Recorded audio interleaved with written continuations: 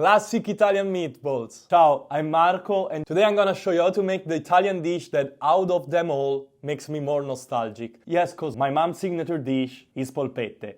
Growing up, I used to eat it at least once a week with some mashed potatoes on the side or a little salad and even with pasta with the leftover ones. I really don't get why Italians freak out to spaghetti with meatballs because, as I said, we do that a lot. We always make pasta the day after with leftovers polpette. But now, let's start cooking.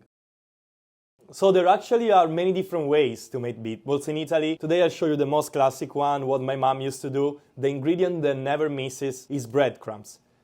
It's essential for a soft, juicy result that you make it from scratch. White bread or those soft panini I'm using are the best choice, but you can really use any type of bread. Just check the ingredient list or buy it from a bakery you trust. Blend the breadcrumbs and take it aside for a second. In a bowl, crack 1 egg for every 100 grams of ground beef, salt and pepper, and then add Parmigiano Reggiano, break the eggs, and then ground beef, a high percentage fat is preferred, and the breadcrumbs. So this might be enough for the classic recipe, but I'm gonna give you a little twist to make it even softer. Just add a little drop of milk. Now you gotta create the dough. The best way is mixing by hand. Porca puttana, I forgot the parsley. If you did too, wash your hands, add the parsley, and keep mixing. You need to feel the dough, making sure it's not too wet. If it's too sticky and wet, just add more breadcrumbs or cheese. Perfetto! The dough is ready, let's shape it. The sides is not really that important, you don't have to be too precise, because they're gonna cook for a long time and all of them, the smaller and the bigger, are gonna be cooked all the way through.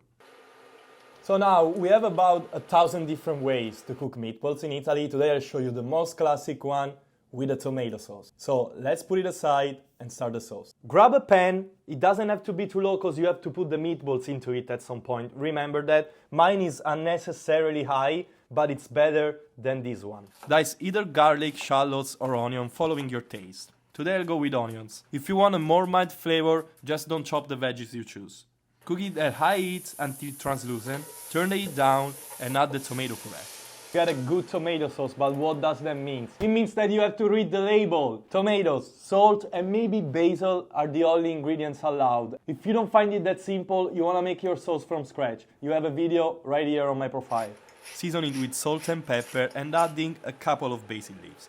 Mix, and as soon as it starts bubbling, take back the meatballs and dive them into the sauce. Yes, I'm adding raw meatballs to the sauce. They will be softer and the sauce itself, it will be more tasty and thick. If you wanna fry it or bake it, that works too. We do it in Italy, you guys do it here, and it's totally fine. Flip the polpette around after 6-7 minutes, cover with a lid and let it simmer at low heat. Okay, and that's pretty much it. Now, you just need to let it simmer for about 40 minutes with the lid on. Oh, 40 minutes, it's such a long time. You don't have to be for 40 minutes standing right here and stirring. You can do the laundry, you can take the dog out, you can check on your kids, or just sit down on a chair and enjoying this amazing smell filling up your house. Just make sure you come every now and then to check that the sauce is not reducing too much. If it is, just add a little bit of water, give it a little stir, and let it go. 40 minutes is the minimum. The more, the better.